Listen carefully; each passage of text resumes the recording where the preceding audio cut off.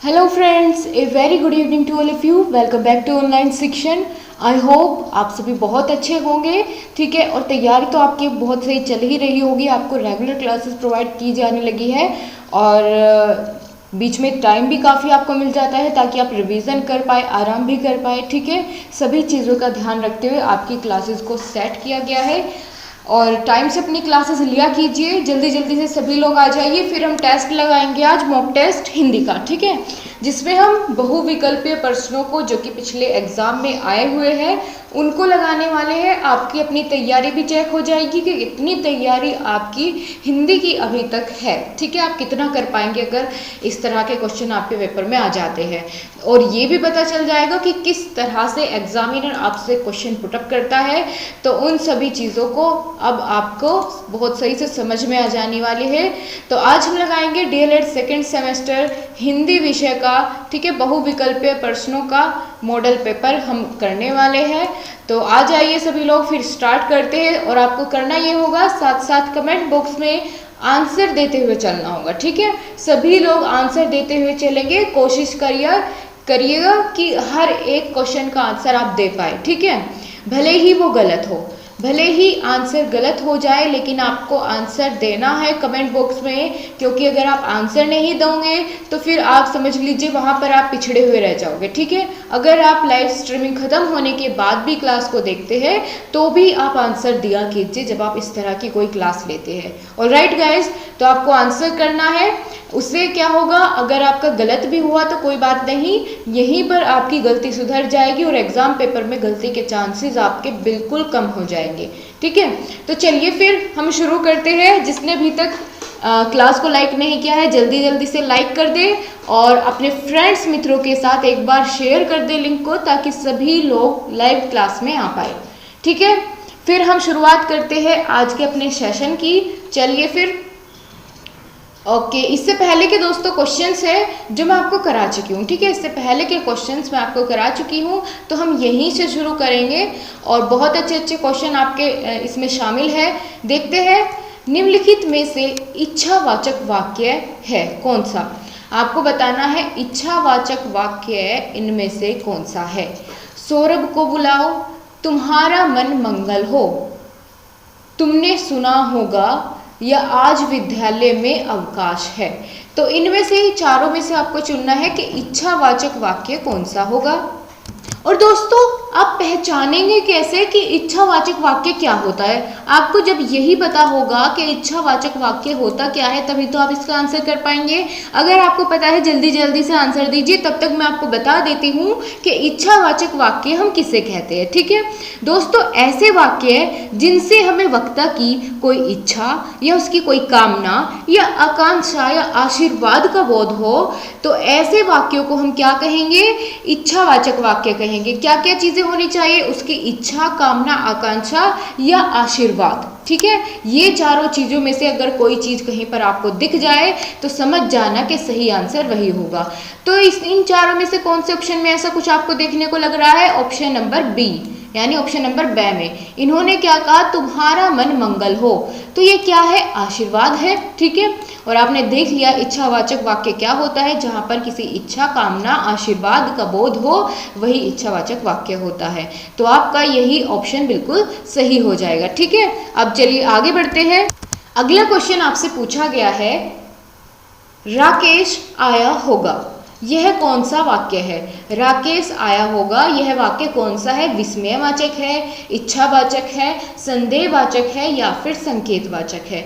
दोस्तों, यहाँ पर आप देख रहे हैं कि बात ऐसी की गई है कि राकेश आया होगा, यानी हमें नहीं पता राकेश आया भी है या नहीं। हम सिर्फ तो अपना जो कह सकते हैं थोड़ा कि अपना एक आइडिया लगा रहे हैं कि हाँ राकेश आया होगा, ठीक है। हमें पक्का नहीं पता है कि राकेश आया है या नहीं आया है। तो इसमें क्या हो रहा है दोस्तों, विस्मयवाचक तो बिल्कुल नहीं है, यहाँ पर कोई इच्छा भी नहीं जताई जा रही है, ना ही कोई संकेत। तो क्या हो रहा है, संदेह हो रहा है। संदेह कैसा कि पता नहीं यार राकेश आया या नहीं, आया ही होगा, ठीक है, कुछ इस तरीके से आप इसको समझ सकते हैं। अब चीज़ें क्लियर हुई, इसका ऑप्शन नंबर ए बिल्कुल सही हो जाएगा, ऑप्शन नंबर से, ठीक है दोस्तों, सॉरी ऑप्शन नंबर से, संदेहवाचक तो यहाँ लिखा है, तो संदेहवाचक बिल्कुल सही हो जाएगा। अगले क्वेश्चन की तरफ बढ़ते हैं। क्वेश्चन नंबर 115 पूछा क्या गया है, जो गरीबों की सहायता करे या जो गरीबों की सहायता करता है वे धर्मात्मा होते हैं। वाक्य कैसा है ये आपको ये बताना है कि क्या ये सरल वाक्य है, संयुक्त वाक्य है या मिश्र वाक्य है या फिर इनमें से कोई नहीं। तो चलिए बता दीजिए किस तरह का वाक्य है। ये तो आप जानते होंगे कि वाक्य 3 प्रकार के होते हैं, ठीक है, एक तो सरल, मिश्र और संयुक्त, 3 तरह के वाक्य होते हैं। अब इनमें से आपको चुनना है कि ये वाक्य कौन सा है, ठीक है, जल्दी बताइए आप लोग। और फ्रेंड्स, मैंने जो आपको बताया कि वाक्य के 3 भेद होते हैं, ये किसके आधार पर होते हैं, क्या आप जानते हैं ये वाक्य के 3 भेद किसके आधार पर है? तो ये दोस्तों रचना के आधार पर, ठीक है, रचना के आधार पर वाक्य के 3 भेद होते हैं। कौन कौन से? सरल वाक्य, संयुक्त वाक्य और मिश्रित वाक्य, ठीक है, या मिश्र वाक्य।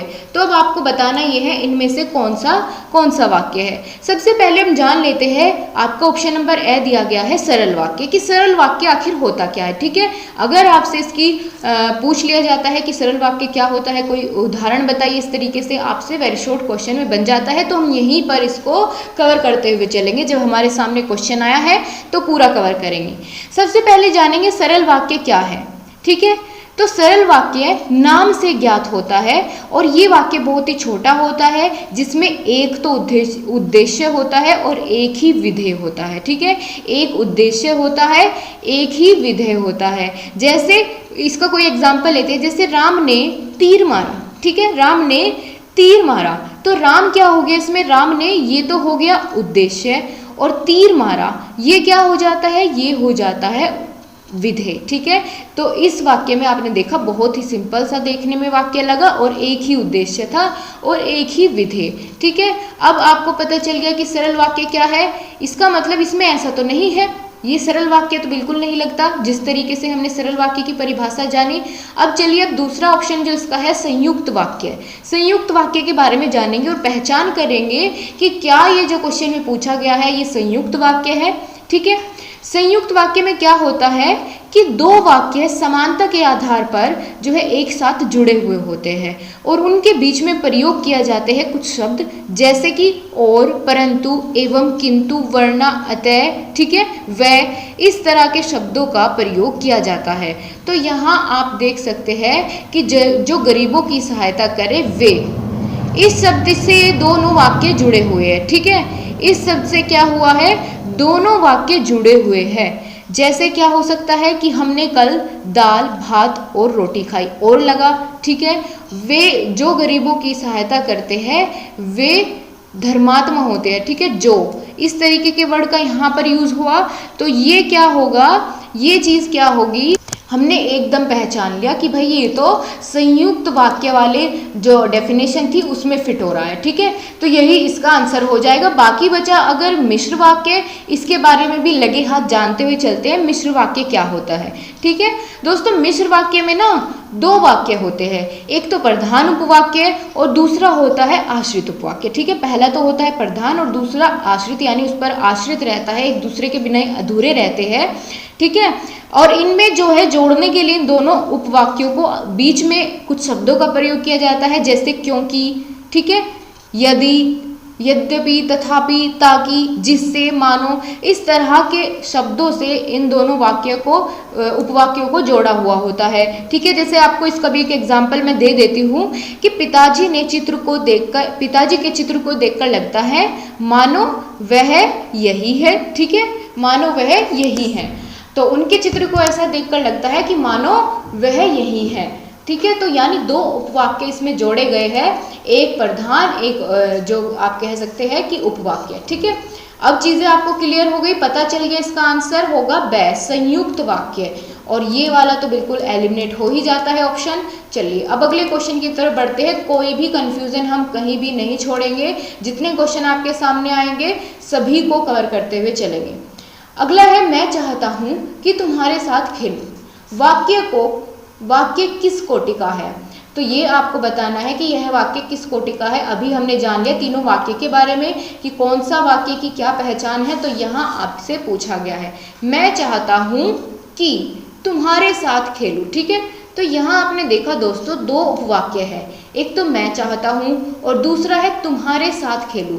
यानी ये वाला जो उपवाक्य है ये प्रधान उपवाक्य पर क्या कर रहा है, निर्भर कर रहा है, ठीक है। इसी पर निर्भर कर रहा है कि मैं ये चाहता हूँ कि भाई तुम्हारे साथ खेलूं, ठीक है। तो यहाँ ऐसी पहचान मैंने किसमें बताई थी कि तथापि यद्यपि ऐसे शब्दों से जुड़े होते हैं और एक प्रधान उपवाक्य होता है और दूसरा क्या होता है उस पर डिपेंड होता है। तो ऐसा किसकी पहचान मैंने बताई थी, अभी मैंने आपको बताई ये पहचान मिश्रित वाक्य की, ठीक है। अब तो आपको ये अलग अलग से बताने की जरूरत नहीं है क्योंकि मैंने आपको एक्सप्लेन कर दिया सरल और संयुक्त वाक्य के बारे में। तो इसका ऑप्शन नंबर सी बिल्कुल सही हो जाएगा, मिश्रित उपवाक्य, ठीक। अगले क्वेश्चन की तरफ बढ़ते हैं। विस्मयवाचक वाक्य का चयन कीजिए, इनमें से कौन सा विस्मयवाचक वाक्य है, ठीक है। चलिए देख लेते हैं, ऑप्शन है आपके पास 4, देखते हैं कौन सबसे पहले आंसर कर पाएगा। जल्दी जल्दी से आंसर कीजिए। विस्मयवाचक वाक्य का चयन कीजिए। विस्मयवाचक वाक्य क्या होता है, सबसे पहले तो आपको यही पता होना चाहिए। देखते हैं कौन इसका सही आंसर कर पाएगा, ठीक है। अभी देख लेते हैं सबसे पहले कौन इसका आंसर कर पाएगा। यहाँ पर पूछा क्या गया है कि भाई विस्मयवाचक वाक्य का चयन कीजिए, इनमें से कौन सा है। तो उससे जानने से पहले आपको क्या करना होगा, आपको पता होना चाहिए कि विस्मयवाचक वाक्य आखिर होते कौन से हैं, तभी तो आप इनमें से पता कर पाएंगे कि कौन सा है। दोस्तों विस्मयवाचक वाक्य ऐसे वाक्य होते हैं जिनमें हमें कोई आश्चर्य, शोक, घृणा या फिर ज़्यादा खुशी, ठीक है, इस तरह के भावों का बोध होता है। यानी जो हमारी स्ट्रॉन्ग फीलिंग होती है उसको वो दर्शाती है, ठीक है, उसको दर्शाया जाता है, ठीक है। तो जो हमारी स्ट्रॉन्ग फीलिंग्स होती है या तो हम ज़्यादा से ज़्यादा खुश हो या फिर हम बहुत ज़्यादा दुखी हो या गुस्से में हो, ठीक है, इस तरह की चीज़ों को या आश्चर्य में हो, ऐसी जो हमारी फीलिंग्स होती है उसको दर्शाया जाता है। तो वहाँ हो जाता है विस्मय सूचक वाक्य, ठीक है, विस्मयवाचक वाक्य। तो चलिए अब बता दीजिए, अब तो कुछ भी भेद इसमें नहीं रह गया है। इसका ऑप्शन नंबर सी बिल्कुल सही हो जाएगा। छी, कितना बुरी बात है, कितनी बुरी बात है। तो यहाँ पर ये हमारी फीलिंग से तो निकल के आई कि छी कितनी बुरी बात है, ठीक है। ऐसा और किसी में नहीं हुआ है, किसी भी सेंटेंस में आप कह सकते हैं। तो यही इसका ऑप्शन बिल्कुल करेक्ट हो जाएगा। चलिए अब आगे चलते हैं। अगला क्वेश्चन है आज्ञावाचक वाक्य को चिन्हित कीजिए। आज्ञावाचक यानी जिसमें आज्ञा दी गई हो, ठीक है, आज्ञा दी गई हो ऐसा वाक्य आपको यहाँ पर चुनना है। यानी जिसमें आज्ञा किसे बोलते हैं, ऑर्डर। जिस भी किसी वाक्य में ऑर्डर दिया गया है वही आपको पहचानना है। अब देखते हैं कौन से में दिया गया है, चारों देखने पड़ेंगे इसके लिए। तो हमको उसने दरवाजा खोला, क्या इसमें कोई ऑर्डर दिया गया, नहीं, निकाल दीजिए बाहर एकदम। अगला है उसने दरवाजा उसके द्वारा दरवाजा खोला गया, क्या इसमें कोई ऑर्डर मिल रहा है, नहीं। अगला है जल्दी दरवाजा खोलो, चलो उठो जल्दी दरवाजा खोलो। तो यहाँ पर आपने देखा उसको आज्ञा दी गई, उसको ऑर्डर दिया गया, ठीक है। और क्या वह दरवाजा खोल पाएगा, ये भी बिल्कुल गलत हो जाता है। तो आपको पता चल गया आपका सही आंसर है कि जल्दी दरवाजा खोलो, यहाँ पर इसको ऑर्डर दिया गया है और आपका आंसर यहीं पर सही हो जाता है। अब चलिए आपसे अगला क्वेश्चन बहुत अच्छा पूछा गया है कि स्वरनाम के भेद कितने होते हैं, ठीक है, स्वरनाम के कितने भेद होते हैं। तो आपके हिंदी में बात की गई है, स्वरनाम के जो मेन आप कह सकते हैं कितने भेद होते हैं वो यहाँ पर आपको बताने हैं। दोस्तों कई आधार पर हम स्वरनाम के भेदों को बांट सकते हैं। यहाँ पर मेरे ख्याल से बात की गई है कि प्रयोग के आधार पर, ठीक है, प्रयोग के आधार पर बताना है कि स्वरनाम के कितने भेद होते हैं। प्रयोग की दृष्टि से बताना है आपको कि स्वरनाम के कितने भेद होते हैं। अब तो आप बता पाएंगे, चलिए जल्दी जल्दी से बताइए कौन कितने होते हैं। पहले तो आप यही बता दीजिए, फिर उसके बाद बात करेंगे कि कौन कौन से होते हैं, ठीक है। अब तो ठीक है बात, तो चलिए बता दीजिए कौन कौन से होते हैं स्वरनाम के भेद और कितने होते हैं। दोस्तों स्वरनाम के प्रयोग की दृष्टि से 6 भेद होते हैं, ठीक है, कितने, 6 भेद होते हैं। कौन कौन से, पुरुषवाचक स्वरनाम, पुरुषवाचक में क्या आते हैं, जैसे मैं, तुम, ठीक है, वह, ये सब आते हैं पुरुषवाचक स्वरनाम में। दूसरा होता है निजवाचक स्वरनाम, निजवाचक स्वरनाम में जैसे आप, ठीक है, अपने आप, ये चीजें आती है निजवाचक स्वरनाम में। तीसरा इसका भेद होता है निश्चयवाचक स्वरनाम, जिसमें यह वह का प्रयोग हम करते हैं। चौथा हो जाता है अनिश्चयवाचक सर्वनाम, जिसमें कोई कुछ इस तरह के शब्दों का हम प्रयोग करते हैं। पांचवा है संबंधवाचक, जिनमें हम किसी के बीच में संबंध दर्शाते हैं। और छठा हो जाता है प्रश्नवाचक, ठीक है, यानी कौन, क्या, कब, कैसे, ये सभी चीज़ें आ जाती है। जो छठा भेद होता है प्रश्नवाचक उसमें, ठीक है। चीज़ें क्लियर हो गई कौन कौन से होते हैं? पुरुषवाचक सर्वनाम, निजवाचक, निश्चयवाचक, अनिश्चयवाचक, संबंधवाचक और प्रश्नवाचक। और आपको दोस्तों एक अनाउंसमेंट आपके लिए अभी है कि कल आपकी प्रोनाउन की क्लास आने वाली है इंग्लिश की, यानी सर्वनाम की ही आप समझ लीजिए, ठीक है। इंग्लिश में हम सर्वनाम करने वाले हैं कल की क्लास में, तो लेना बिल्कुल मत भूलना। सुबह सुबह आपकी क्लास होने वाली है, तो टाइम से आपको आना है, ठीक है। चलिए अब बात कर लेते हैं आगे। और आपका टाइम टेबल आपको टेलीग्राम ग्रुप में दे दिया गया है, आप उसके अकॉर्डिंग अपना समय लगा लिया करिए। अब चलिए अगला क्वेश्चन आपका है सार्वनामिक विशेषण। सार्वनामिक विशेषण कौन सा है? जो सर्वनाम के बाद आते हैं, या फिर जो क्रिया के बाद आते हैं, या जो संज्ञा से पहले आते हैं, या संज्ञा के बाद आते हैं, कौन से होंगे सर्वनामिक विशेषण, वो आपसे यहाँ पर पूछा गया है। तो क्या आप लोग जानते हैं कि सर्वनामिक विशेषण क्या होता है? ठीक है, उसका पता लगाने के लिए आपको इसकी परिभाषा पता होनी चाहिए। और आप देख रहे हैं ना कि यहाँ पर आपसे सीधी सीधी परिभाषा ही पूछ ली है, क्योंकि परिभाषा में ही ये चीज़ बताई हुई होती है कि सर्वनामिक विशेषण क्या होता है, ठीक है। आपसे समझ लीजिए आप कि यहाँ पर आपसे परिभाषा पूछ ली है इस तरीके से। एग्जामिनर ने फंसाने का चक्कर था पूरा पूरा, लेकिन आप नहीं फंसेंगे। क्यों? क्योंकि आपने आज ये चीज़ सीख लेनी है, ठीक है। तो हम जानेंगे दोस्तों सबसे पहले यही कि सार्वनामिक विशेषण होता क्या है। ऐसे सर्वनाम शब्द जो संज्ञा के पहले लगकर उस संज्ञा शब्द की विशेषण की तरह विशेषता बताते हैं, ठीक है।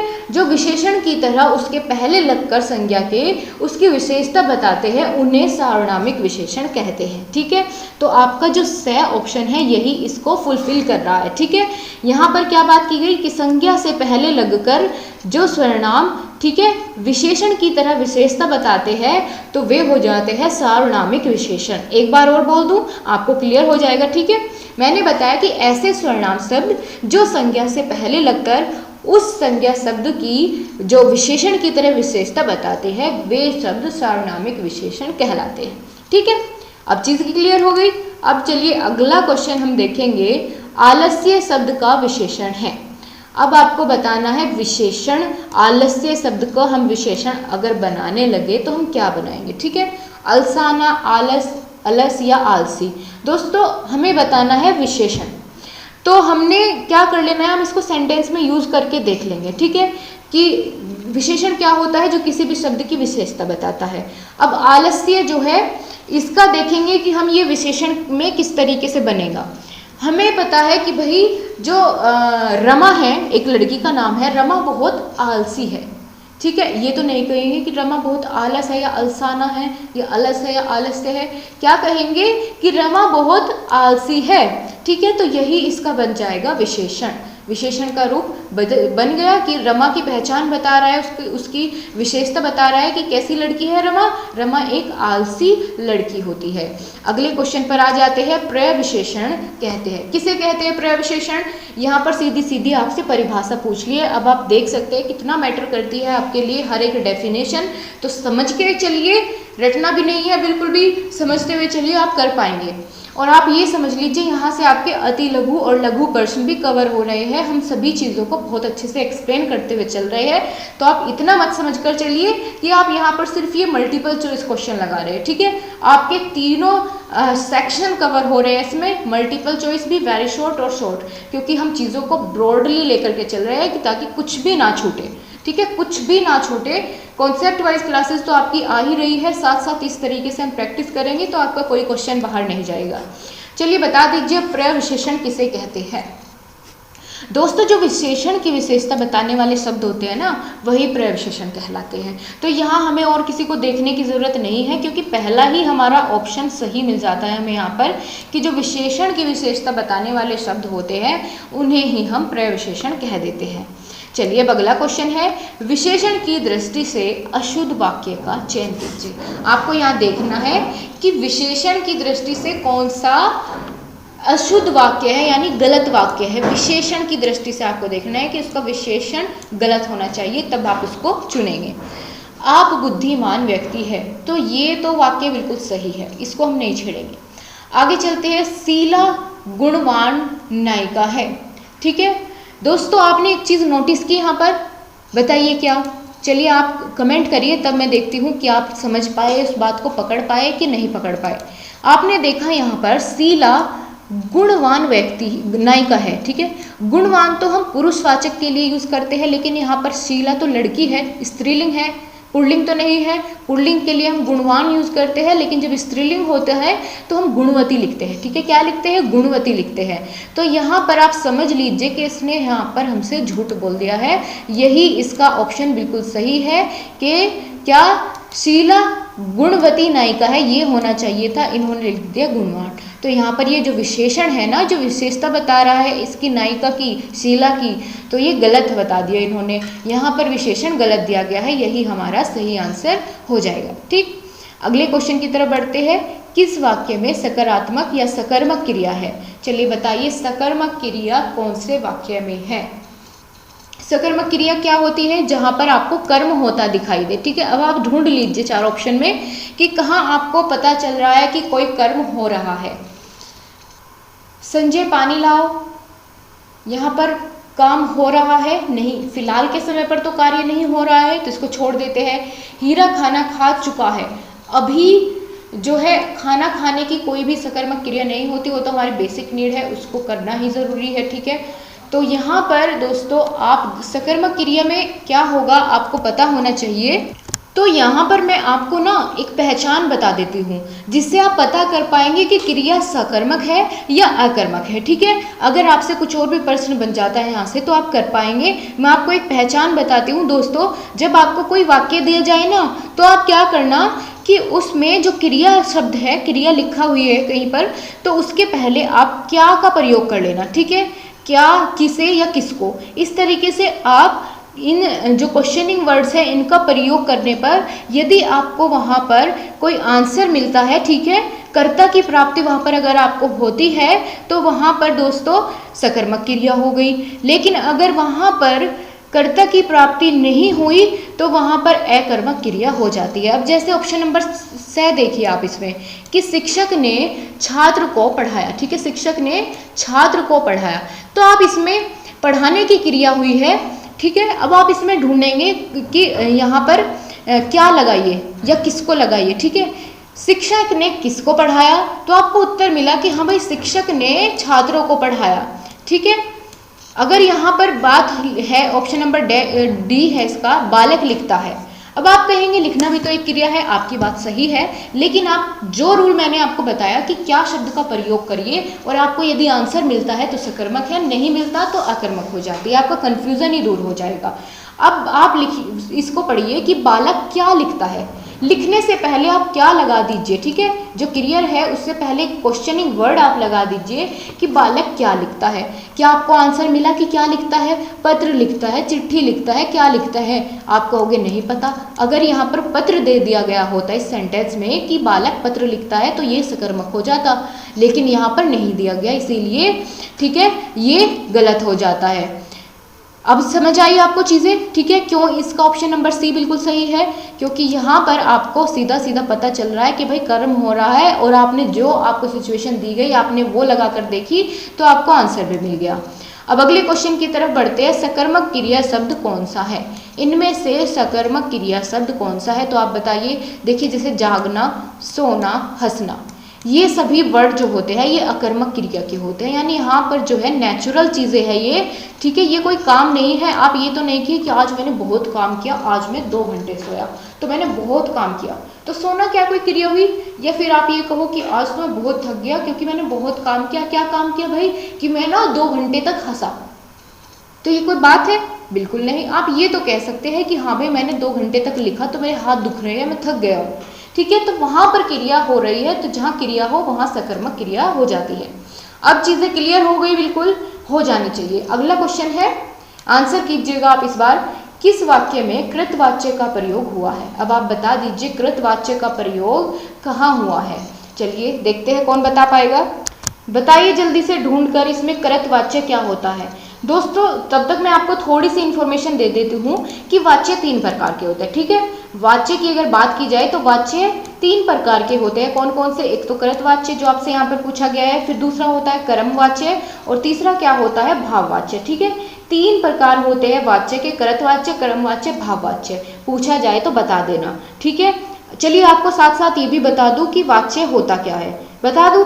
ठीक है, क्रिया के उस परिवर्तन को वाच्य कहते हैं जिसके द्वारा इस बात का बोध होता है कि वाक्य के अंतर्गत कर्ता, कर्म या भाव में से किसकी प्रधानता है। ठीक है, यदि हमें किसी भी सेंटेंस में किसी भी शब्द के द्वारा यह परिवर्तन या किसी की भी क्रिया के द्वारा यह आपको पता चलता है कि किसकी प्रधानता है, कर्म की है या कर्ता की है या भाव की है, तो वे आपके वाच्य हो जाते हैं।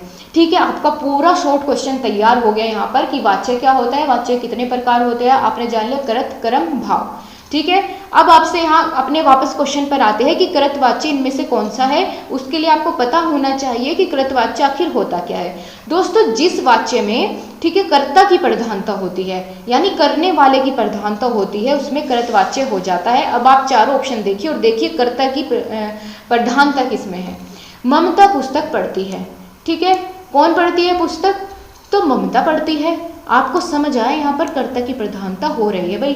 बाकी अगर देखिए ना, रमेश स्कूल जाओ, यहाँ पर कोई मतलब ही नहीं है, बैठा नहीं जाता, ये तो भाववाच्य हो गया, बैठा नहीं जाता। इसमें क्या है? इसमें कर्म की प्रधानता हो रही है कि भाई कर्म करो, चलो जाओ। शायद वह राम का भाई है, तो शायद वाली चीज़ें आ गई, यहाँ तो बिल्कुल नहीं है। तो ऑप्शन नंबर जो ए है, इसका ए है, ममता पुस्तक पढ़ती है, इसमें ही कर्ता की प्रधानता आपको देखने को मिल गई है, तो यही आपका सही ऑप्शन हो जाएगा। अगले क्वेश्चन पर चलिए, क्रिया के मूल रूप को क्या कहते हैं? चलिए बताइए। और बहुत अच्छा क्वेश्चन है, आपसे पूछ लिया जाता है क्रिया के मूल रूप को क्या कहते हैं, तो आप बिल्कुल बता पाएंगे बिना हिचके कि धातु कहते हैं। ठीक है, क्रिया के मूल रूप को धातु कहते हैं। समझ आ गई बात? अब तो गलत नहीं होगा। ठीक है, क्रिया के मूल रूप को क्या कहेंगे? धातु कहेंगे। इसमें और ज़्यादा चीज़ें समझने लायक इसमें कुछ नहीं है। अगले क्वेश्चन की तरफ हम बढ़ेंगे। अब उपयुक्त में से कौन सा शब्द नी प्रत्यय से बना है? नी प्रत्यय मिला है। ठीक है, प्रत्यय क्या होता है पहले तो आप यही बता दीजिए। दोस्तों, प्रत्यय वो होता है जो किसी भी शब्द के अंत में जुड़कर उसके अर्थ में परिवर्तन कर देता है, तो उसे हम प्रत्यय कहते हैं। ठीक है, जो बाद में जुड़ता है, किसी भी शब्द के मूल शब्द के बाद में जुड़ने वाले को हम प्रत्यय कहेंगे। और अगर पहले कुछ शब्द जुड़ जाता है तो उसे उपसर्ग कहेंगे। ठीक है, पहले आने वाला उपसर्ग और बाद में आने वाला प्रत्यय। अब आप देखिए, नी किस में प्रयोग हुआ है? लिखना। ठीक है, तो मूल धातु क्या थी? लिख। फिर इसमें क्या जोड़ दिया? लिख जमा ना। ठीक है, ना जोड़ दिया, लेकिन बात की गई है नी जोड़ने की, तो ये तो वैसे ही गलत हो गया। आगे चलते हैं, महानता। महान में ता जोड़ दिया। ठीक है, ता जोड़ दिया, लेकिन हमें ता थोड़े ही ना जोड़ना था भाई, हमें तो नी जोड़ना था, ये भी गलत हो गया। अब इधर आते हैं ऑप्शन नंबर 6 पर, करनी। ठीक है, क्या है? करनी। तो करनी में आपने देखा कि कर तो इसमें क्या है? मूल शब्द है, और मूल शब्द में नी जोड़ दिया जो हमें जोड़ने के लिए कहा गया था। ठीक है, प्रत्यय जोड़ दिया हमने नी, तो क्या बन गया? करनी। यहाँ पर आपने देख लिया नी प्रत्यय लगा है, तो हमारी जो सिचुएशन दी गई है क्वेश्चन में वो सेटिस्फाई कर गई, तो भाई हमारा आंसर मिल गया हमको, करनी इसका बिल्कुल सही हो जाएगा। आगे चलते हैं, कोई कंफ्यूजन आपको नहीं होगा, बहुत अच्छे से आंसर कर पा रहे हैं सभी चीज़ों का। अब चलिए अगले क्वेश्चन पर हम देखते हैं, जातिवाचक संज्ञा शब्द इनमें से कौन सा है? जो एक जाति का बोध कराते हैं उसे हम जातिवाचक संज्ञा कहते हैं। अब आप देखिए, सुशील क्या है? पहले तो आप इसे देखिए, सुशील एक व्यक्तिवाचक संज्ञा यानी किसी पर्टिकुलर आदमी के बारे में बता रहा है कि उसका नाम लेकर के पर्सनली। ठीक है, तो ये गलत हो जाएगा। कामायनी ये भी किसी का नाम है, तो यह व्यक्तिवाचक हो जाएगा। बचपन क्या है? ये कैसी है? ये भाववाचक संज्ञा है। ठीक है, बचपन कैसी है? भाववाचक। बची कौन सी? डॉक्टर। डॉक्टर एक जातिवाचक संज्ञा है। आप कहेंगे डॉक्टर कौन सी जाति है? भाई जाति है, क्योंकि आप इतने सारे डॉक्टर होते हैं तो आप सिर्फ एक को थोड़े ही ना डॉक्टर कहते हैं। जितने भी लोग इस फील्ड से जुड़े होते हैं, ठीक है, चाहे वो सर्जन हो या कोई भी हो, तो आप उन सभी को मिला करके एक नाम से जानते हैं, डॉक्टर। ठीक है, तो ये जाति हो जाती है। एक बड़े समूह को आप एक नाम से यदि जानते हैं तो उसे हम जातिवाचक संज्ञा ही तो कहते हैं। तो इसीलिए डॉक्टर एक जातिवाचक संज्ञा शब्द है। आगे चलते हैं, आगे बढ़ते हैं, बहुत जल्दी से कवर करेंगे सब कुछ। बहुत अच्छी क्लास आपकी अभी तक जा रही है। ठीक है, लगातार आप आंसर करते रहिए। अगला क्वेश्चन है, निम्नलिखित में से कौन सा शब्द संज्ञा है? बताइए, निम्नलिखित में से कौन सा शब्द जो है वो संज्ञा है? तो संज्ञा क्या होती है कि किसी भी व्यक्ति, वस्तु या स्थान के नाम को क्या कहते हैं, संज्ञा कहते हैं। लेकिन क्या यहाँ पर कोई आप देख सकते हैं कोई संज्ञा शब्द आ रहा है, क्रुद्ध, ये कोई संज्ञा शब्द नहीं है, क्रोधित ये भी नहीं है, क्रोधी ये भी नहीं है, लेकिन क्रोध ये क्या है, क्रोध किसे कहेंगे। हमने एक चीज़ दोस्तों जानी थी, आपने इंग्लिश की नाउन की क्लास ली हो, संज्ञा, ठीक है, तब हमने इस चीज़ पर बहुत जोर दिया था कि संज्ञा क्या होती है, नाम को कहते हैं। और नाम किसका, किसी भी व्यक्ति का, किसी भी वस्तु का, किसी जानवर का, किसी स्थान का या किसी फीलिंग का, ठीक है। तो क्रोध क्या है, एक इनटेंजिबल जो हमारी फीलिंग होती है उसके नाम को हम कहते हैं क्रोध। नाम है ना क्रोध, हमारी फीलिंग का कि भाई हमें क्रोध आ रहा है, गुस्सा आ रहा है, तो ये नाम है एक फीलिंग का, तो यही हो जाएगी हमारी संज्ञा। समझ में आ गई। अगर नहीं आया ना, आप नाउन वाली क्लास जाकर के देखिए, आपका इंग्लिश हिंदी दोनों क्लियर हो जाएगा, ऐसे बताया है उसमें, ठीक है।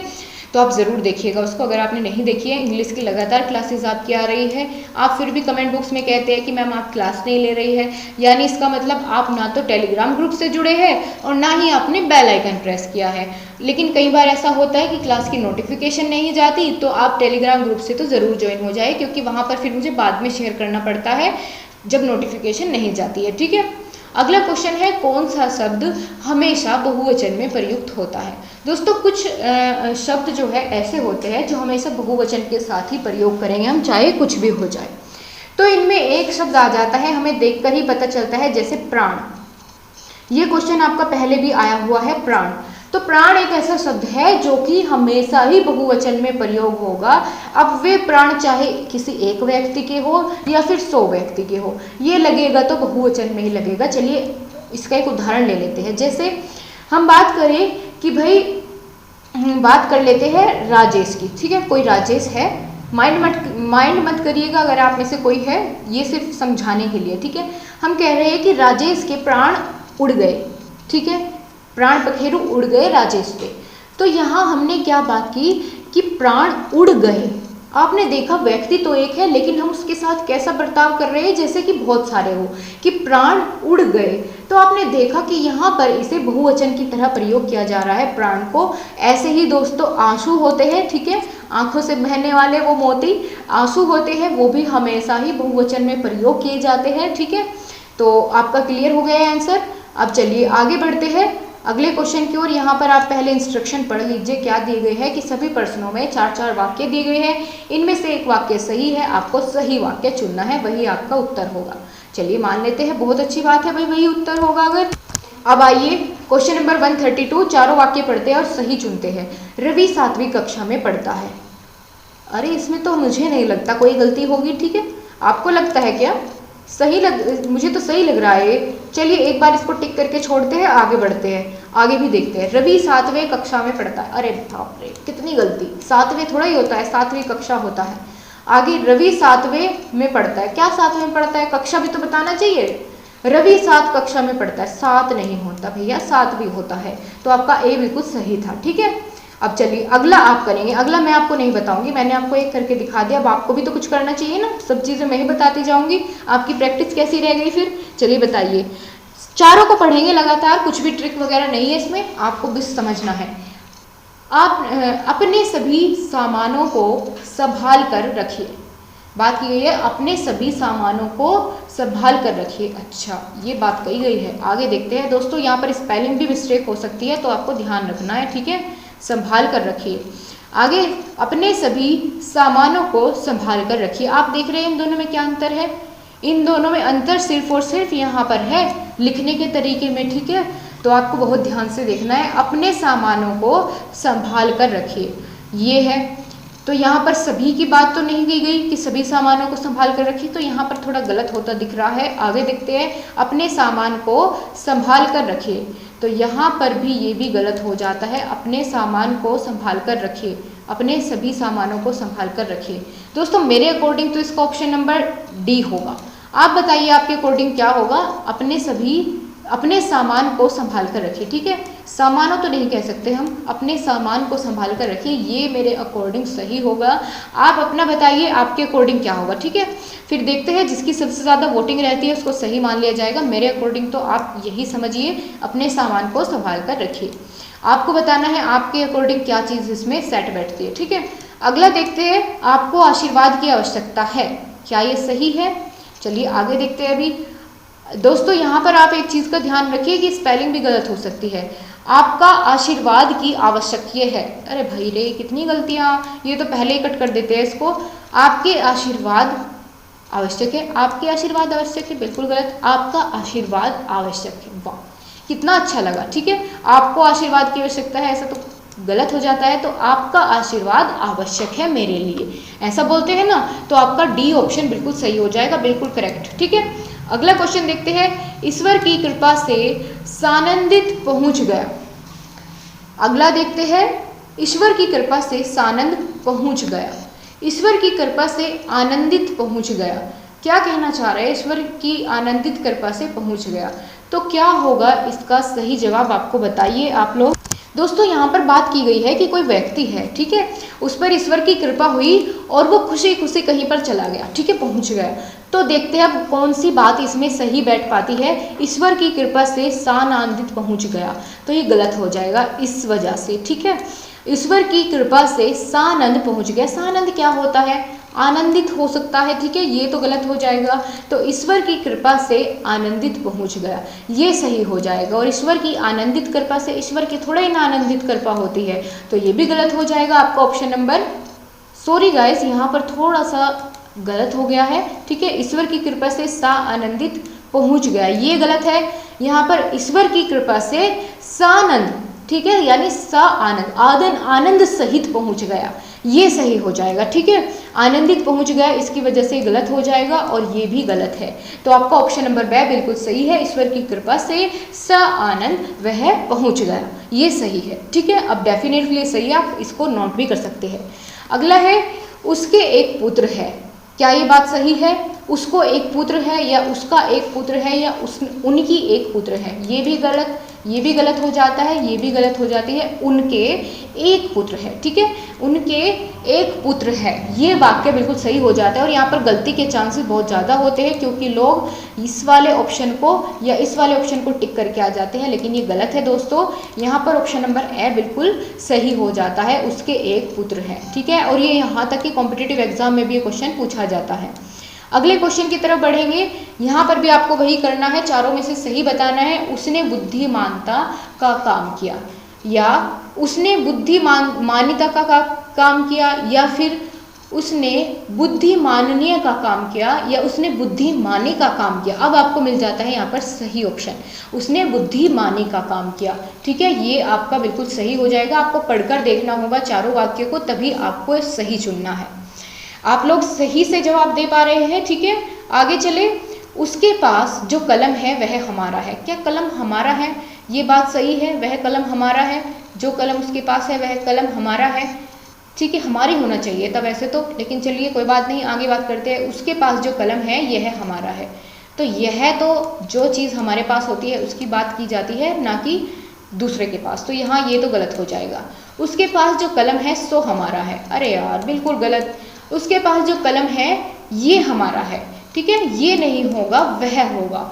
उसके पास जो कलम है वह हमारा कलम है या हमारी कलम है, इस तरह से ये होना चाहिए था। ऑप्शन नंबर ए इसका बिल्कुल सही हो जाएगा। अब चलते हैं अगले क्वेश्चन की तरफ। चारों में से एक सही चुनना है, जल्दी जल्दी से मेरे साथ पढ़ते हुए आंसर कीजिए। किसी के चरित्र पर कीचड़ नहीं उछालना चाहिए। दोस्तों पढ़कर ही बहुत सही लग रहा है, लेकिन आगे भी देखते हैं। किसी के चरित्र पर कीचड़ नहीं फैलाना चाहिए। कीचड़ फैलाया नहीं जाता, ना ही डाला जाता, ना ही फेंका जाता। कीचड़ क्या है? उछाला जाता है। तो इस चीज़ों का भी आपको ध्यान रखना है। तो इसका ऑप्शन नंबर ए बिल्कुल सही हो जाएगा। अगला क्वेश्चन है, जीवन और साहित्य का घोर संबंध है। क्या जीवन और साहित्य का घोर संबंध हम कह सकते हैं? बिल्कुल नहीं, घोर तो वर्ड यहाँ पर गलत हो जाएगा इस तरह से। इसके लिए आगे देखते हैं। अपार संबंध की बात करें तो यह भी दोस्तों गलत हो जाएगा। अपार संबंध हम नहीं कह सकते, हम घनिष्ठ संबंध तो कह सकते हैं। देखते हैं कहाँ है घनिष्ठ।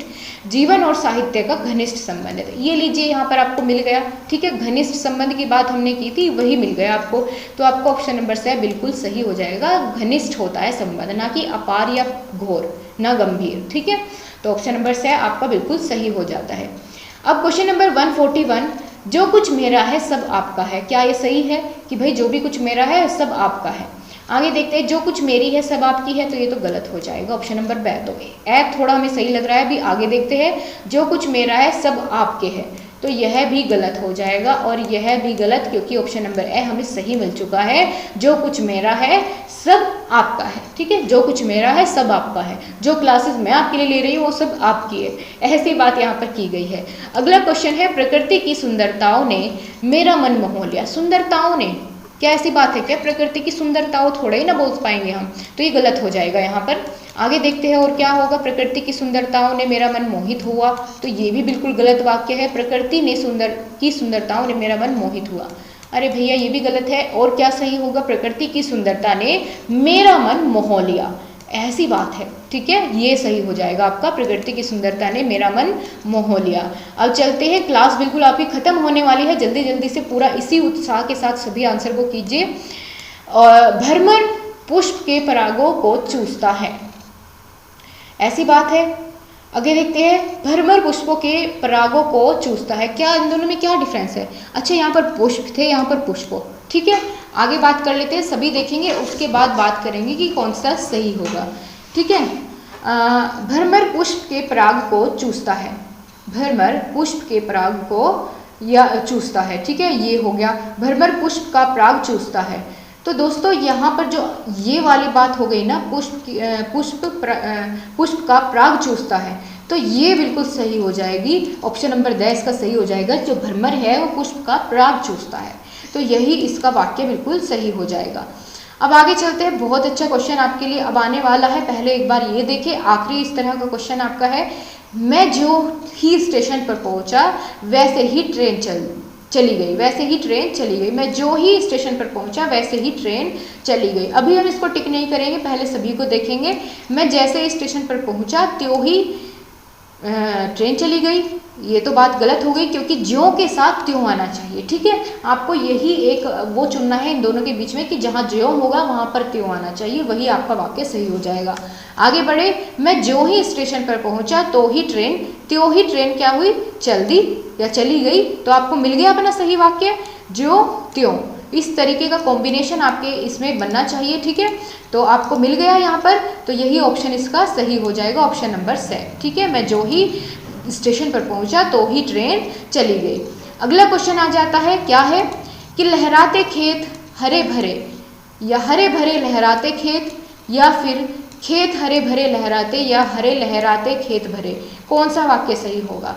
तो दोस्तों हरे भरे खेत लहराते हैं, ठीक है, हरे भरे खेत, हरे भरे लहराते खेत, ये वाक्य आपका बिल्कुल सही है।